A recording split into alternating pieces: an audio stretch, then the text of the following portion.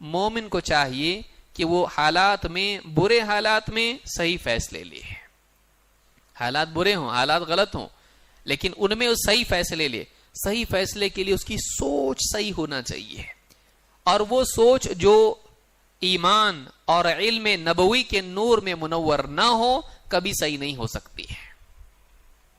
وہ سوچ جو علم نبوی سے مجرد اور آزاد ہو جائے، وہ سوچ جو ایمان کی روشنی میں، ایمان کے نور میں نہیں دیکھتی ہو، وہ سوچ کبھی صحیح نہیں ہو سکتی ہے. اس لیے مسلمان کی جو سوچ ہے اس کو علم نبوی اور ایمان کے ساتھ اس کو اس روشنی میں دیکھنا چاہیے. تو یہ بہت بڑی، اللہ ولی الذین آمنوا یخرجہم من الظلمات الی النور. اللہ نے کہا اللہ ایمان والوں کا کارساز ہے، ولی ہے، وہ انہیں اندھیروں سے نکال کے اجالے میں لاتا ہے.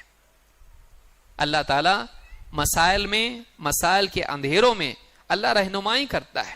جیسے موسیٰ علیہ السلام کی رہنمائی کی، وہ حفاظت کرتا ہے جیسے ابراہیم علیہ السلام کی حفاظت کی. وَكَذَلِكَ جَعَلْنَا لِكُلِّ نَبِيٍّ عَدُوًّا مِّنَ الْمُجْرِمِينَ وَكَفَى بِرَبِّكَ هَادِيًا وَنَصِيرًا. اللہ فرماتا ہے اور ایسے ہی ہم نے ہر نبی کے لیے دشمن بنائے ہیں مجرمین میں سے. انبیاء بغیر دشمن کے تھے ہی نہیں.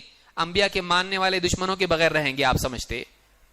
انبیاء کے دشمن اللہ نے بتایا ہوتے ہیں، لہٰذا انبیاء کے راستے پر چلنے والوں کے بھی دشمن ہوں گے.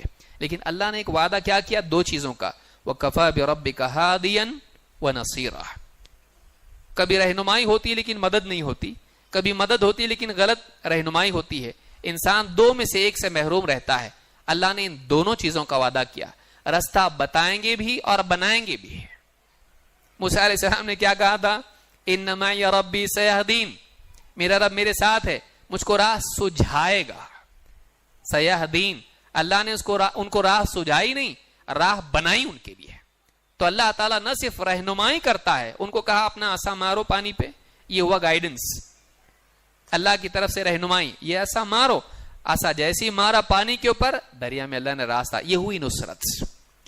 اللہ تعالیٰ رہنمائی بھی دیتا ہے اور اللہ تعالیٰ مدد بھی کرتا ہے. اس کے لیے ہماری سوچ مایوسی والی نہیں ہونا چاہیے، مغلوبیت والی نہیں ہونا چاہیے.